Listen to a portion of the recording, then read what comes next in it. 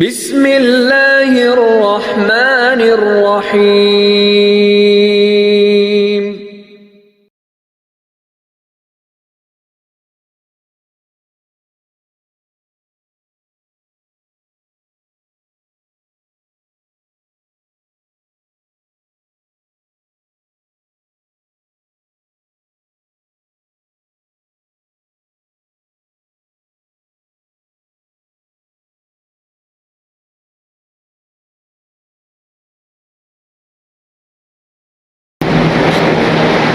بسم اللہ الرحمن الرحیم۔ الحمد للہ رب العالمین والصلاة والسلام علی اشرف الانبیاء والمرسلین محمد بن عبد اللہ الامین وعلی آلہ وصحبہ الطیبین الطاہرین اما بعد۔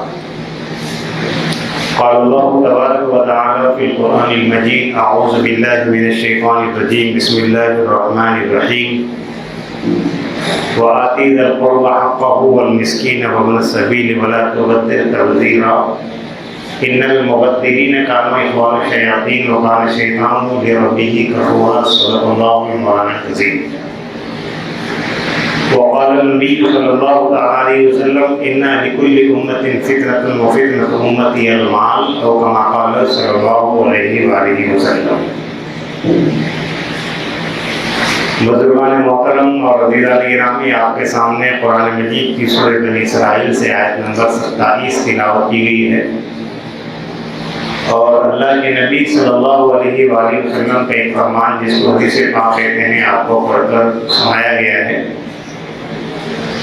قرآن مجید کی آیت میں اللہ تبارک و تعالیٰ نے چند کاموں کے کرنے کا حکم دیا ہے، اور ان کاموں کو کس طریقے پر کرنا چاہیے یہ ساری چیزیں اس کے اندر بتائی گئی ہیں، اور کس چیز سے بچنا ضروری ہے بطور خاص اس کو بیان فرمایا ہے۔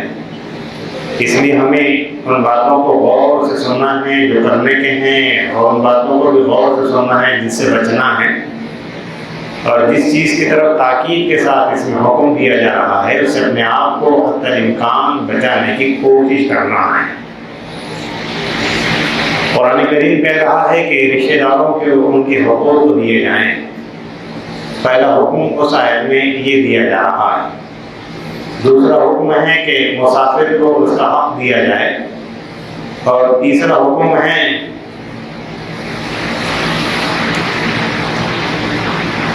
مسکین جس کو غریب کہتے ہیں اس کا حکم اس میں دیا جا رہا ہے کہ مسکین کا بھی حق ادا کیا جائے، جس کو عرف عام میں غریب، محتاج اور فقیر کہا جاتا ہے۔ قرآن کریم کی اس آیت میں ان تین کاموں کے کرنے کا حکم دیا گیا ہے، اور قید لگائی گئی ہے کہ وَلَا تُبَذِّرْ تَبْذِيرًا، ان نیک کاموں کے کرنے میں فضول خرچی نہ کی جائے، اسراف نہ کیا جائے، اس لیے کہ فضول خرچی کرنے والے شیطان کے بھائی ہیں۔ میں یہ نہیں کہہ رہا بلکہ قرآن کہہ رہا ہے کہ ان المبذرین کانوا اخوان الشیاطین، اور شیطان کون ہے اس کو بھی اللہ بیان فرما رہے ہیں، وہ کان الشیطان لربہ کفورا، کہ شیطان اپنے رب کا سب سے بڑا نافرمان ہے۔ تو اس آیت میں تین کاموں کی کرنے کا حکم دیا گیا ہے، اور اس کو سلیقے سے کرنے کے لیے بتایا گیا ہے، اور جو کام بطور خاص نہیں کرنے کا ہے وہ یہ ہے کہ فضول خرچی سے اپنے آپ کو بچایا جائے۔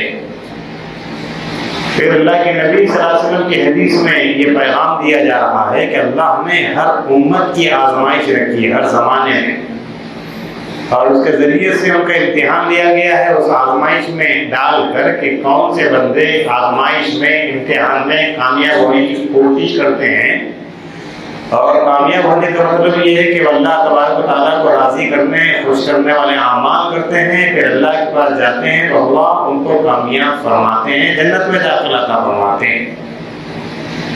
اور جو بندے اس طرف توجہ نہیں دیتے تو ان کے بارے میں یہ کہا کہ اللہ کے وہ نافرمان بندے ہیں، اور جب اللہ کے پاس جائیں گے تو ناکام ہوں گے، اور جنت کے بجائے جہنم میں ان کو داخل کیا جائے گا۔ اور جنت اور جہنم کے بارے میں ہم کو یہ بتایا گیا ہے کہ جنت نعمتوں کی جگہ ہے اور جہنم عذابوں کی جگہ ہے، اور ہم میں سے کسی شخص کی شاید یہ خواہش نہیں ہوگی کہ وہ جہنم میں جانا چاہے گا، کیونکہ جہنم میں بہت سزائیں ہیں، اور جنت میں داخلے کی ہر آدمی کی کوشش ہے، خواہش ہے، اور فرمایا کہ اس کی اللہ تبارک و تعالیٰ کی طرف سے جو انعام ملنے والا ہے اس کی وہ اپنے دل میں تمنا رکھتا ہے۔ لیکن یہ جنت کہنے سے نہیں ملتی ہے، بلکہ جنت میں جانے کے لیے جنت میں جانے والے اعمال کرنے پڑتے ہیں، نیک کام کرنے پڑتے ہیں۔ تو 3 کام میں سب سے پہلے یہ فرمایا ہے کہ وَآتِ ذِی الْقُرْبَىٰ حَقَّهُ، کہ رشتہ داروں کو ان کے حقوق دیے جائیں۔ رشتہ داروں کے حقوق ادا کرنے سے پہلے میں آپ سے یہ کہنا چاہتا ہوں کہ حقوق کی ادائیگی کا مسئلہ ہمارے معاشرے میں سب سے بڑا یہ ہے کہ ہم لوگوں کے حقوق لینا تو جانتے ہیں، لیکن اپنے اوپر جو لوگوں کے حقوق ہے وہ دینا نہیں جانتے۔ آج سارے معاشرے میں حقوق مانگے جا رہے ہیں، حقوق دیے جائیں، حقوق مانگے جا رہے ہیں، جبکہ اگر میں آپ اپنے حقوق کو ادا کرنے والے بن جائیں گے تو پھر حقوق کے مانگنے کی ضرورت باقی نہیں رہ جائے گی۔ ہو یہ رہا ہے کہ ہم اتنے چالاک ہیں کہ اپنے حقوق لینا جانتے ہیں، اپنے اوپر جو حقوق آئے تو ان کو دینا نہیں جانتے، اگر جانتے ہیں تو دینا نہیں چاہتے ہیں۔ یہ سب سے بڑا فیکٹ ہے جو ہمارے معاشرے کے اندر آیا ہوا ہے۔ جب تک کہ ہم اپنے کو درست نہیں کریں گے معاشرہ درست نہیں ہو سکتا ہے۔ جب تک اپنے حقوق ادا کرنے کی فکر نہیں کریں گے، کوشش نہیں کریں گے، حقوق مانگے جاتے رہیں گے۔ اور اس کے بعد آئیے کہ رشتہ داروں کے حقوق کے ادا کرنے کے سلسلے میں پیغمبر صلی اللہ علیہ وسلم کا جو فرمان ہے، آپ نے رشتہ داری کو جوڑنے کا حکم دیا ہے، رشتہ داری کو مضبوط کرنے کا حکم دیا ہے۔ آج کی سوسائٹی میں، آج کے سماج میں رشتہ داری کو جوڑنے کو معیوب سمجھا جاتا ہے۔ آدمی کہنے میں شرمندہ ہوتا ہے کہ یہ میرے ماموں ہیں، چچا ہیں، رشتہ دار ہیں، اگر وہ غریب ہیں۔ غریب اور امیر کا فرق کیوں کرتے ہیں؟ جب رشتہ داری میں اللہ نے آپ کو باندھا ہے تو رشتہ داری کا اظہار کیجیے، رشتہ داری کا لحاظ کیجیے، رشتہ داری کا خیال کیجیے، اور رشتہ داری کو لوگوں کو بتائیے کہ یہ ہمارے فلاں رشتہ دار ہے۔ رشتوں کو جوڑنا کوئی معمولی بات نہیں ہے، کوئی معمولی کام نہیں ہے۔ پیغمبر صلی اللہ علیہ وسلم ارشاد فرماتے ہیں کہ جو رشتہ داری کو جوڑتا ہے اللہ تبارک و تعالیٰ نے اس کو 2 خوشخبریاں دی ہیں۔ رشتہ داری کو جو مضبوط کرتا ہے اس کو 2 خوشخبریاں دی گئی ہیں۔ پہلی خوشخبری یہ ہے کہ اللہ تبارک و تعالیٰ نے پیغمبر صلی اللہ علیہ وسلم کے ذریعے سے یہ خوشخبری دی ہے کہ جو شخص یہ چاہتا ہے کہ اللہ اس کی عمر میں اضافہ فرمائے، جو شخص یہ چاہتا ہے کہ اللہ اس کے رزق میں اضافہ فرمائے، تو اس کو چاہیے کہ وہ رشتہ داری کو جوڑے، رشتہ داری کو مضبوط کرے۔ کس قدر بڑی خوشخبری ہے، کس قدر اہم خوشخبری ہے جو ہم کو سنائی جا رہی ہے کہ صبح سے شام تک رزق کے لیے جینے مرنے والے لوگوں، صبح سے شام تک تقوی کرنے والوں، محنت کرنے والوں، اللہ نے تو تمہاری روزی میں، رزق میں برکت کا وعدہ فرمایا ہے اگر تم رشتہ داری کو جوڑتے ہو، اس کو مضبوط کرتے ہو۔ اور ہم میں سے ہر شخص لمبی عمر جینا چاہتا ہے، کوئی مرنا نہیں چاہتا ہے۔ یہ خواہش بھی بہت اچھی ہے اگر اللہ تبارک و تعالیٰ کی فرما برداری کے ساتھ زندگی گزاری جائے۔ تو اللہ کا وعدہ ہے پیغمبر صلی اللہ علیہ وسلم کی زبان مبارک سے کہ جو لوگ رشتوں کو جوڑتے ہیں میں ان کی عمر میں اضافہ کروں گا۔ تو معلوم یہ ہوا کہ رشتہ داری کو جوڑنا، مضبوط کرنا کوئی معمولی کام نہیں ہے، کوئی چھوٹا کام نہیں ہے، چھوٹا سا عمل نہیں ہے، بلکہ بہت بڑا کام ہے۔ تو اس کے بعد فرمائیں کہ وہ مسکین، غریب جس کو کہتے ہیں، محتاج جس کو کہتے ہیں۔ آج ہمارے معاشرے میں غربت کی جو انتہا ہے سب کو معلوم ہے، لوگ پریشان حال ہے، مصیبت میں گرفتار ہے، سب کو معلوم ہے۔ ان لوگوں کے لیے اپنے جیب میں ہاتھ ڈال کے خرچ کرنا یہ بھی ہمارا مزاج ہونا چاہیے۔ ایسے لوگوں کے پاس ہمارا پیسہ نہیں جانا چاہیے جو بھیک مانگنے کے عادی ہیں، بھیک مانگنے کے انہوں نے ہنر سیکھ لیے ہیں۔ دینے سے پہلے ہم کو اور آپ کو یہ پابند کیا گیا ہے کہ دینے والا واقعی محتاج ہے، واقعی وہ لنگڑا لولا ہے، محتاج ہے، تو دینا چاہیے۔ اور اگر ایسا نہیں ہے تو ہم کو اور آپ کو اپنے اس پیسے کو برباد کرنے سے روکنا چاہیے، کیونکہ ایسے لوگوں کو جب آپ دیتے ہیں تو وہ پیسہ غلط کاموں میں استعمال کرتے ہیں، دیکھا گیا ہے۔ اس لیے اس سلسلے میں بھی توجہ دینا ہے۔ وابن السبیل مسافر، ایک آدمی بمبئی سے چلا ہے، دلی سے چلا ہے، لیکن اورنگ آباد میں آنے کے بعد وہ پاکٹ مارنے جانے کی وجہ سے یا کسی اور وجہ سے پریشان ہو گیا ہے. تو اگر وہ دلی میں لکھپتی ہے، ممبئی میں کروڑ پتی ہے، لیکن اورنگ آباد شہر میں پریشان ہے، تو آج کی تاریخ میں قرآن کریم کی زبان میں ابن سبیل ہے، یعنی مسافر ہے، پریشان ہے. اگر وہ پریشان ہے تو اس کے حقوق کو ادا کرنے کے لیے آپ کو قرآن کہہ رہا ہے. ان 3 حقوق ادا کرنے کے بعد قرآن کہہ رہا ہے کہ وَلَا تُبَدِّرْ تَبْدِيرًا. یہ اصل حکم ہے اس آیت کے اندر کہ دیکھو اللہ کے بندوں، فضول خرچی نہیں کرنا، اسراف نہیں کرنا. کیوں؟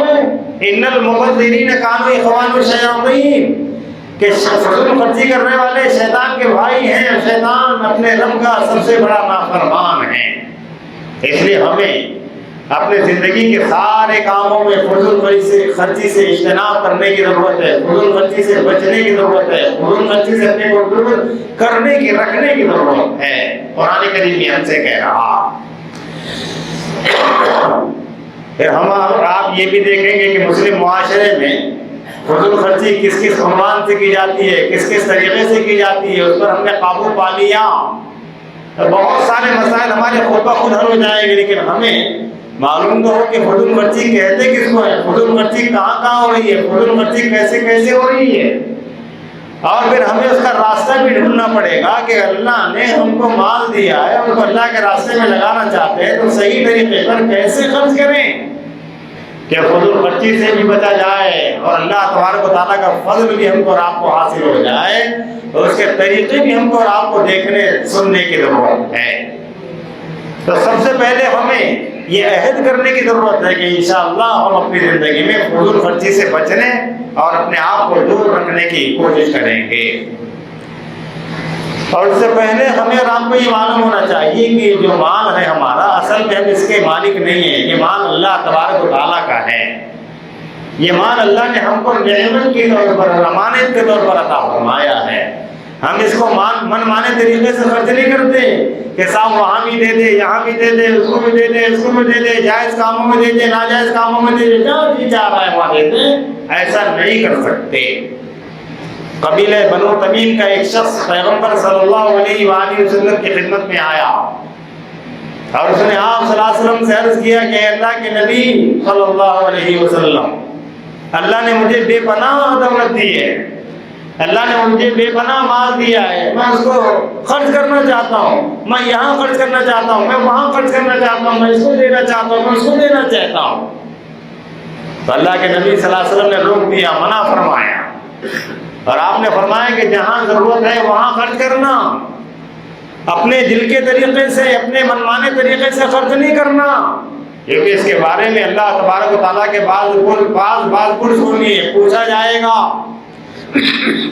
کہ مال کہاں سے حاصل کیا تھا، مال کہاں خرچ کیا تھا. اس سوال کا جواب دیے بغیر قیامت کے روز اللہ کے بندوں کے قدم ہل نہیں سکتے، ٹل نہیں سکتے. اللہ کے نبی صلی اللہ علیہ وسلم نے یہ فرمایا ہے. اس لیے اللہ نے اپنے جن بندوں کو مال و دولت سے نوازا ہے تو سب سے پہلے وہ اپنے ذہن سے بات نکال کر پھینک دے کہ یہ مال ان کا ہے، یہ مال اللہ کا ہے. یہ مال اللہ نے ان کو دے کر آزمائش میں ڈال دیا ہے کہ میرے بندے اب میری اس نعمت کا اور امانت کا کیسے حق ادا کرتے ہیں، کس قدر حق ادا کرتے ہیں. اگر عقل سلیم رکھتے ہیں، سمجھدار ہیں، تو مال کو صحیح جگہ پر خرچ کیجیے اور مال کے خرچ کرنے میں فضول خرچی کرنے سے اپنے آپ کو بچائیے. اسی طرح انسان کا حال تو یہ ہے کہ مال حاصل کرنے میں وہ رات دن سرگرداں ہے، رات دن پریشان ہیں. بھائی سلام ہم کو اور آپ کو مال دولت حاصل کرنے سے، جمع کرنے سے روکتا نہیں. وہ چاہتا ہے کہ مسلمان مالدار ہوں، مسلمانوں کے پاس مال و دولت ہوں، لیکن ان کا مال، ان کی دولت ان کے پاس جائز طریقے سے آنا چاہیے، ناجائز طریقے سے نہیں آنا چاہیے. یہ اسلام کا یہ مزاج. اور جو شخص اس تمیز کے بغیر جو مال حاصل کرتا ہے کہ صاحب جو آ رہا ہے آنے دو، جائز ناجائز حرام حلال، تو یہ مال دنیا کی زندگی میں اس کی تباہی کا باعث بنتا ہے. تاریخ اٹھا کر دیکھیے کہ جو لوگ اس امتیاز کے بغیر مال دولت جمع کرتے ہیں، اللہ تبارک و تعالیٰ اس دولت کو دوسری نسل میں منتقل ہونے سے پہلے برباد کر دیتے ہیں. کیوں؟ اس لیے کہ اگر یہ مال اس نسل میں چلا جائے گا تو اس نسل کا نقصان ہوگا۔ اللہ تبارک و تعالیٰ نے یہ مزاج رکھا ہے، یہ نظام رکھا ہے۔ تو ہمیں بنیادی طور پر جو پیغام دیا جا رہا ہے وہ یہ ہے کہ اللہ کے بندوں فضول خرچی مت کرو۔ فضول خرچی کرنا اللہ تبارک و تعالیٰ کو پسند نہیں ہے۔ پھر اس کے بعد دیکھتے ہیں کہ مسلمان فضول خرچی کہاں کہاں کیسے کرتے ہیں۔ آئیے ہم مسلمانوں کے دعوتوں میں چلے جاتے ہیں، مسلمانوں کی شادی کے کھانوں میں چلے جاتے ہیں، مسلمانوں کے ولیمے میں چلے جاتے ہیں، اور وہاں دیکھتے ہیں کہ مسلمان کس قدر کھانا برباد کرتا ہے، مسلمان کس قدر کھانا ضائع کرتا ہے۔ اس کو ہم اپنی آنکھوں سے دیکھتے ہیں، اس کا ہم مشاہدہ کرتے ہیں کہ جو شخص اپنے گھر میں کھانے کو برباد ہونے سے بچانے کی فکر کرتا ہے، کیا ہو گیا ہے اس کو؟ کیا ہو گیا ہے اس کو کہ وہی شخص جب دعوت میں جاتا ہے تو پلیٹ کے پلیٹ بریانی برباد کرتا ہے، کٹورے کے کٹورے سالن خراب کرتا ہے۔ اس سے یہ پوچھا جا سکتا ہے کہ وہ اپنے گھر میں ایسا ہی کرتا ہے جیسے وہ دعوت میں کر رہا، اور یقیناً اس کا جواب ہوگا کہ صاحب میں گھر میں ایسا نہیں کرتا۔ تو پھر اللہ کے بندے لوگوں کے کھانے کو کیوں برباد کر رہا ہے؟ اللہ کے بندوں کو یہ جو سامان لاتے ہیں پتہ نہیں کیا کیا کوششوں سے لاتے ہیں، تو میں اور آپ اس کو کیسے برباد کرتے ہیں؟ تو ہمیں اپنی شادیوں میں کھانا برباد کرنے سے بھی بچنے کی ضرورت ہے، اور اگر ہم کہیں محسوس کریں تو سامنے والی کو بہت احترام سے بولیں، خود بھی کوشش کریں کہ کھانا برباد نہ ہو۔ ہمارے سامنے کوئی برباد کر رہا ہے تو اس کو تھوڑا سا توجہ دلائیں۔ توجہ دلانے سے قابو میں مسئلہ آ سکتا ہے، ورنہ ہوگا یہ کہ کھانا کھایا کم جا رہا ہے اور ضائع اور برباد زیادہ کیا جا رہا ہے۔ یہ ہمارے معاشرے کی ایک صورت ہے جو میں نے آپ کو بتائی۔ تو اس میں ظاہر ہے کہ مناسب بات نہیں ہے کہ کھانے کو برباد کیا جائے۔ کتنے ایسے ہمارے معاشرے سماج میں بستی میں ساتھ میں رہنے والے لوگ ہیں کہ جو نان شبینہ کے محتاج ہیں، جن کے پاس ایک وقت کا کھانا ہے تو دوسرے وقت کا کھانا موجود نہیں ہے۔ یہ کھانا بچا کے یہ کھانا برباد ہونے سے پہلے ان لوگوں کے پاس پہنچایا جا سکتا ہے جو بیچارے غریب ہیں، کھانے پینے کے محتاج ہیں۔ تو ہمیں ان دعوتوں میں اپنے کھانے کو برباد کرنے سے بچانے کی ضرورت ہے۔ تو اس کے بعد ہماری شادیوں میں ایک نظر ڈالتے ہیں کہ ہماری شادیاں جو ہوتی ہیں، ایک طرف فرمان نبی ہے صلی اللہ علیہ وآلہ وسلم کہ ان اعظم النکاح ایسرہ، جس کا مطلب یہ ہے کہ سب سے اچھی شادی، سب سے اچھا نکاح وہ ہوتا ہے جس کے اندر سادگی کو اختیار کیا جاتا ہے۔ آج ہماری شادیوں میں سادگی ڈھونڈنے سے بھی نہیں ملتی۔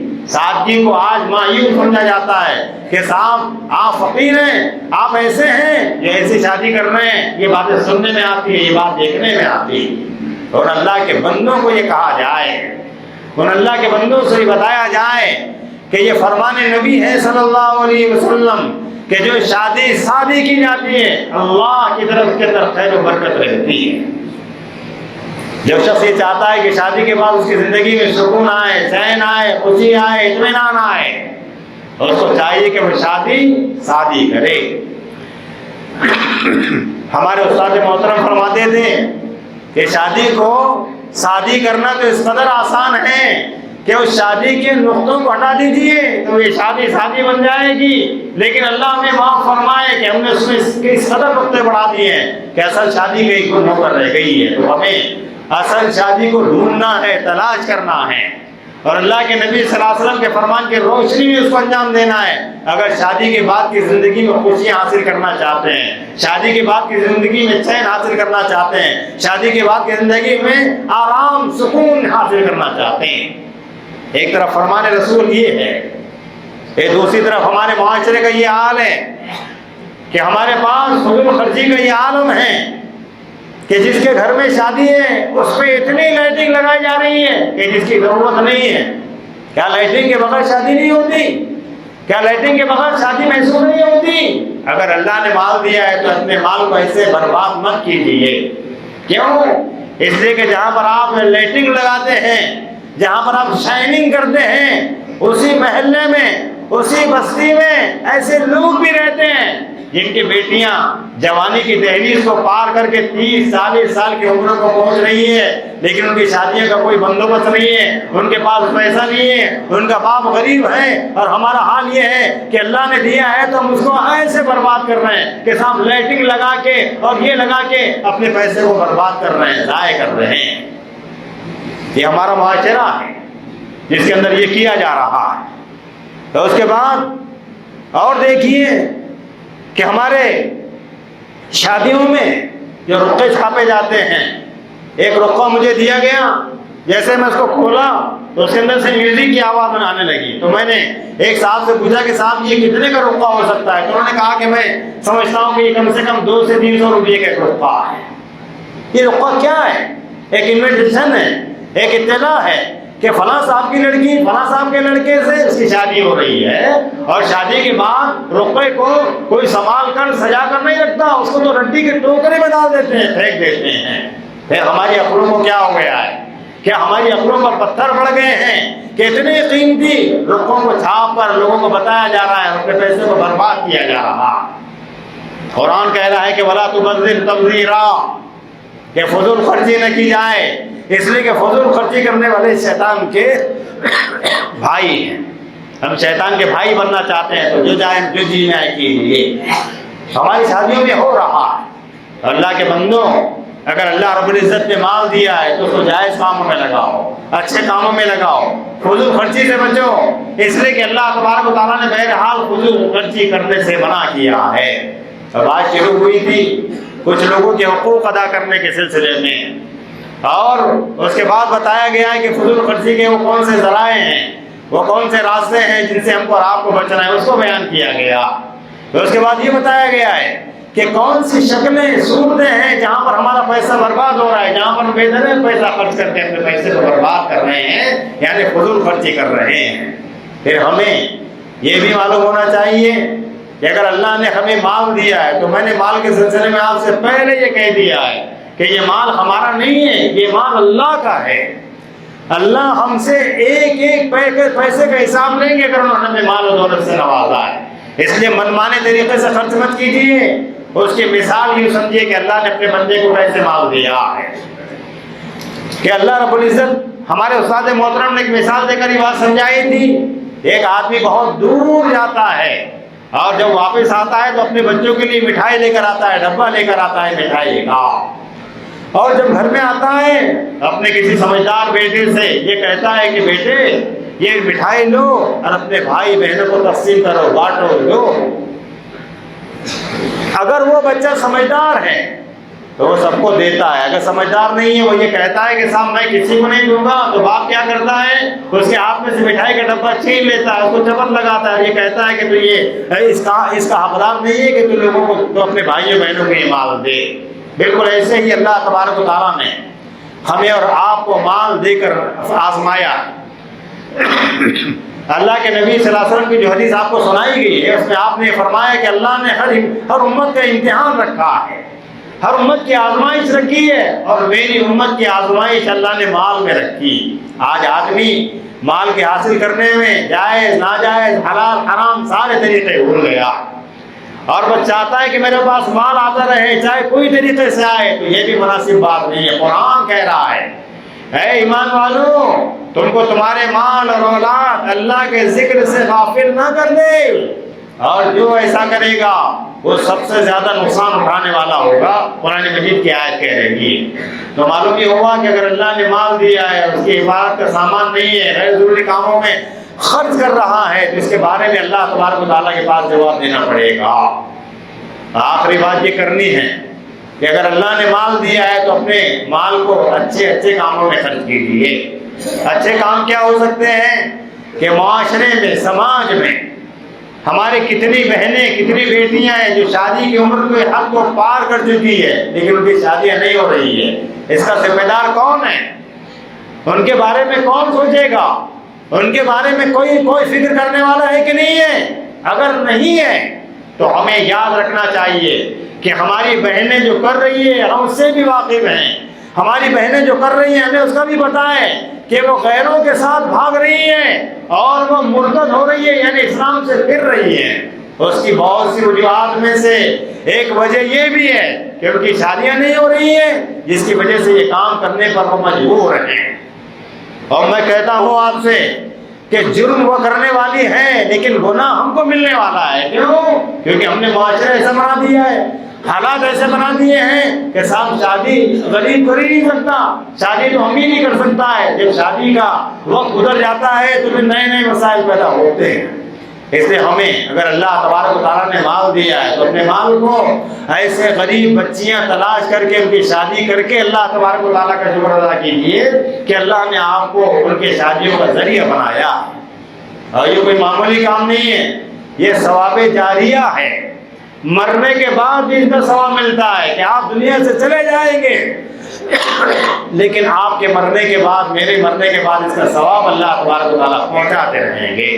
اسی طرح اللہ رب العزت نے اگر آپ کو مال دیا ہے تو آپ معاشرے کے، سماج کے، سوسائٹی کے ایسے بچوں کو، بچیوں کو تلاش کیجیے جو ٹیلنٹ رکھتے ہیں، پڑھنے لکھنے میں ہوشیار ہیں، کچھ کرنا چاہتے ہیں، آگے بڑھنا چاہتے ہیں، لیکن مال کے نہ ہونے کی وجہ سے ان کی پڑھائی نہیں ہو پا رہی ہے، تو آپ اپنے معاشرے کے رشتہ داروں کے ایسے بچوں کو ڈھونڈیے، تلاش کیجیے اور ان کی تعلیم کا بندوبست کیجیے۔ جو کچھ کرنا چاہتے ہیں، جو کچھ بننا چاہتے ہیں، ان کے پاس ذہانت ہے، ان کے پاس عزائم ہیں، ان کے پاس جذبے ہیں کچھ کرنے کے، لیکن مال کے نہ ہونے کی وجہ سے بڑھ نہیں پاتے ہیں، تو ایسے بچوں کو تلاش کیجیے۔ ظاہر ہے کہ جب یہ بچے پڑھیں گے، لکھیں گے اور اپنا نام کریں گے، یہ صرف اپنا نام نہیں کریں گے بلکہ غیر محسوس طریقے سے آپ کا نام بھی روشن ہوگا۔ اگر روشن نہ بھی ہو تو اللہ تبارک و تعالیٰ کے نزدیک جو نام ہے اس فہرست میں آپ کا نام سب سے اوپر ہوگا۔ کیوں؟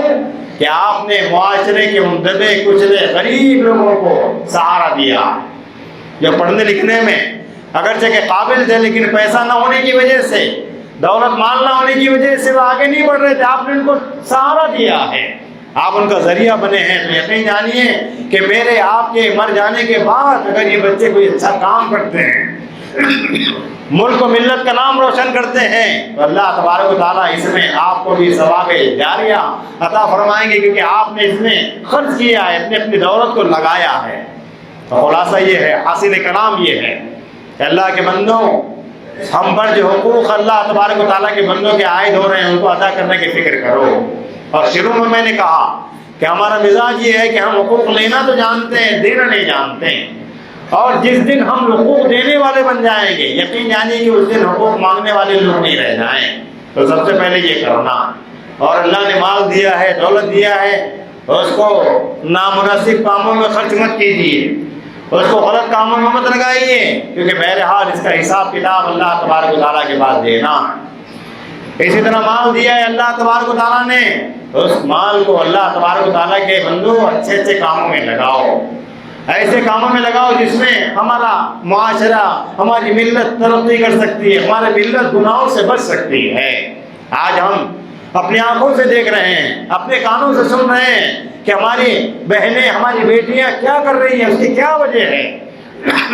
اس کی وجوہات میں سے ایک وجہ یہی ہے کہ ان کی شادیاں وقت پر نہیں ہو پا رہی ہے، اور شادیاں وقت پر اس لیے نہیں ہو پا رہی ہے کہ ان کے باپ کے پاس، ان کے رشتے داروں کے پاس، ان کے سرپرستوں کے پاس مال نہیں ہے۔ آپ اگر اپنے مال کو صحیح راستوں میں خرچ کرنا چاہتے ہیں، اپنے مال کو اللہ کے راستے میں لگانا چاہتے ہیں، فضول خرچی سے بچنا چاہتے ہیں اور شیطان سے بچنا چاہتے ہیں، شیطان کے شر سے دور رہنا چاہتے ہیں، تو خدا کے لیے فضول خرچی مت کیجیے۔ قرآن یہ کہہ رہا ہے، دعا فرمائے کہ اللہ تبارک و تعالیٰ مجھے اور آپ کو ان باتوں پر عمل کرنے کی توفیق عطا فرمائے۔ ایک اعلان جو یہاں سے ہمیشہ کیا جاتا ہے، آپ سب واقف رہیں کہ یہ مسجد، جس کو مسجد جلیل بیگ کہتے ہیں، یہ بہت سے خدمت خلق کے کاموں کے کرنے کا ایک بہت بڑا مرکز ہے۔ خدمت خلق کیا ہے؟ ایک انگلش کا مقولہ ہے جس کا مفہوم یہ ہے کہ اللہ کے بندوں کی خدمت کرنا اللہ کی خدمت کرنے کے جیسا ہے۔ یہ دراصل ترجمہ ہے حدیث کا۔ اللہ کے نبی صلی اللہ علیہ وسلم فرماتے ہیں کہ جو اللہ کے بندوں کی خدمت کرتا ہے گویا وہ اللہ تبارک و تعالیٰ کی خدمت کرتا ہے۔ اور اس مرکز میں ایسے بہت سے کام کیے جاتے ہیں جن کو شمار نہیں کیا جا سکتا ہے وقت نہیں یہ بیان کرنے کے لیے کہ صاحب یہ کام ہو رہا ہے، وہ کام ہو رہا ہے، یہ ہو رہا ہے، وہ ہو رہا ہے۔ تو یہ کام ظاہر ہے کہ کاموں کے کرنے کے لیے کافی صرفہ لگتا ہے، اخراجات آتے ہیں، یہاں پر وہ سارے کام مفت میں کیے جاتے ہیں، امت مسلمہ کے فائدے کے لیے انجام دیے جاتے ہیں۔ اور ظاہر ہے کہ ان سارے کاموں میں جو کام سب سے بڑا ہے، سب سے اچھا ہے، سب سے زیادہ نفع بخش ہے، میرے نزدیک وہ یہ ہے کہ اللہ ہماری حفاظت فرمائے کہ اگر خدا نہ خواستہ ہمیں کسی علاج و معالجے کے سلسلے میں یہاں سے کہیں باہر جانا پڑے تو وہاں پر جو حالات سے ہم گزرتے ہیں اللہ ہمیں محفوظ فرمائے کہ ان حالات سے اگر ہم بچنا چاہتے ہیں تو یہاں آ کر دیکھیے کہ اللہ کے ان بندوں نے اتنا بڑا کام کیا ہے کہ ساتھ کتنے ایسے ہاسپٹل ہیں، کتنے ایسے دواخانے ہیں جہاں پر یہ لوگ یہاں سے کھانا پکا کر وہاں کے مریضوں کو نہیں بلکہ ان کے ساتھ رہنے والے رشتہ داروں کو تو کھانا پہنچاتے ہیں۔ یہ کوئی معمولی بات نہیں ہے، کسی کے دعائیں لینا، کسی کے دل سے نکلی ہوئی دعائیں، پتہ نہیں زندگی کس موڑ پر کام آ جائے ہم کو رات کو، تو ہمیں ان کاموں میں بڑھ چڑھ کر حصہ لینا۔ اور میں تو کہا کرتا ہوں اکثر کہ انسان کے ہاتھ پیر میں جب تک جان ہے وہ جب خرچ کر دیتا ہے وہی اس کے کام آتا ہے۔ اگر غرغرے کی حالت پیدا ہو جائے اور بندہ یہ کہے کہ صاحب یہ مال اس کو دے دو، وہ مال اس کو دے دو، تو شریعت یہ کہتی ہے کہ یہاں پر اس کا حکم نہیں چلتا ہے۔ کیوں؟ اب اس کے ہاتھ میں کچھ بھی نہیں رہا، وہ تو اوپر جانے والا ہے۔ اس لیے اللہ تبارک و تعالیٰ کے بندوں اگر عقل سلیم رکھتے ہیں تو اپنے مال کو اچھے اچھے کاموں میں لگاؤ کہ مرنے کے بعد اس کا فائدہ آپ کو اور آپ کو حاصل ہو۔ تو میں نے کہا کہ صاحب اتنا بڑا کام کیا جا رہا ہے کہ مریضوں کو، ان کے رشتہ داروں کو کھانے پینے کا بندوبست کیا جا رہا ہے، ان کے ساتھ آنے والے لوگوں کو یہاں پر قیام کا بندوبست ہے، بے روزگار نوجوان ہیں جو ان کے لیے گائیڈنس، کریئر گائیڈنس یہاں پر لگا ہوا ہے، نوجوان بچے کے رشتے ناطے جوڑنے کے سلسلے میں فری آف کاسٹ یہاں پر رہنمائی کی جا رہی۔ اور معاشرے کا حال یہ ہے کہ کچھ لوگوں نے دفتر کھول کے رکھے ہیں کہ صاحب رشتہ ہو کہ مت ہو آپ کو یہاں رجسٹریشن کرنا ہے، کسی کی فیس 500 روپئے، کسی کی 1000 ہے، آپ کا کام ہو کہ نہ ہو ان کا کام ہونا چاہیے۔ یہاں کے لوگوں نے بالکل مفت میں یہ کام شروع کر کے رکھا ہے۔ تو یہ کام ظاہر ہے کہ ایسے بڑے بڑے ہیں کہ ان پر ان کاموں پر جتنا بھی شکر ادا کیا جا سکتا ہے لوگوں کو کرنا چاہیے، اور ہمیں ان کا تعاون کرنا چاہیے، مدد کرنا چاہیے۔ اور میں نے کہا آپ سے کہ کاموں کے انجام دینے کے لیے کافی خرچہ آتا ہے، اور ان لوگوں کے پاس نہ کوئی سفیر ہے نہ آمدنی کا کوئی ذریعہ، یہ صرف یہاں جو جمع ہو جاتا ہے چندہ اسی پر چلتا ہے۔ تو ظاہر ہے کہ اس موقع پر ان کا زیادہ سے زیادہ تعاون کرنا چاہیے۔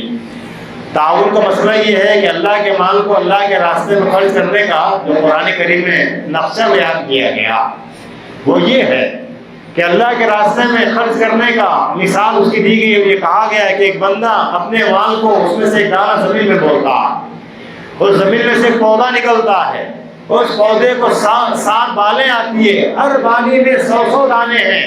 قرآن کہتا ہے کہ اللہ اس پر بس نہیں کرتے، اللہ جس کو چاہتے ہیں اس سے زیادہ بے حساب دیتے ہیں۔ اللہ کے خزانوں میں کمی کہاں ہے؟ اللہ تو بندے کے جذبے کو دیکھتے ہیں، اللہ بندے کے اخلاص کو دیکھتے ہیں کہ کس جذبے سے، کس اخلاص سے یہ اللہ کا بندہ تعاون کر رہا ہے۔ تو ہمیں اس سلسلے میں زیادہ تعاون کرنے کی ضرورت ہے۔ اور اللہ کے نبی صلی اللہ علیہ وسلم نے ہماری فکر کو بھی صحیح فرمایا ہے کہ ہمارا مزاج یہ ہے کہ جب ہم اپنی ذات پر خرچ کر دیتے ہیں وہ ہمارے کام آنے والا ہے۔ تو یہ بات یاد رکھیے کہ جو مال اپنی ذات پر خرچ کرتے ہیں وہ باقی نہیں رہتا، جو مال دے دیتے ہیں، جو مال تقسیم کر دیتے ہیں، جو مال بانٹ دیتے ہیں، اصل میں وہ کام آنے والا ہے۔ ماں حضرت عائشہ صدیقہ رضی اللہ عنہا سے پیغمبر صلی اللہ علیہ وسلم نے ایک مرتبہ یہ ارشاد فرمایا کہ میرا دل بکری کا گوشت کھانے کو چاہتا، آپ کے خواہش پر بکری کا بچہ ذبح کیا گیا اور اس کا اکثر گوشت بانٹ دیا گیا، تقسیم کر دیا گیا، دے دیا گیا۔ پیغمبر صلی اللہ علیہ وسلم تشریف لائے تو آپ نے پوچھا ماں عائشہ سے کہ ہم نے وہ بکری کے گوشت کے بارے میں کہا تھا، کیا ہوا؟